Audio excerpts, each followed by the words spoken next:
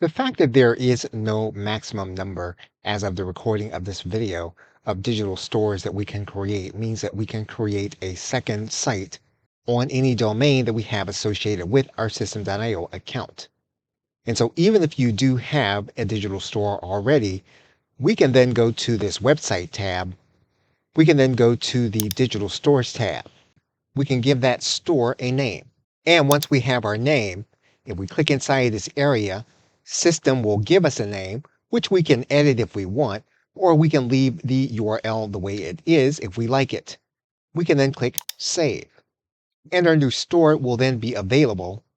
We can click the View command. That store will then be available on the web, even though it has not been customized or edited. That means then that we have our store on the same domain as any previous work that we have done.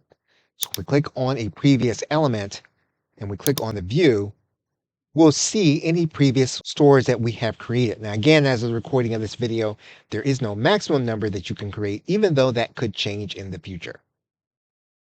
Okay, so with that, thanks, and I will see you in another video.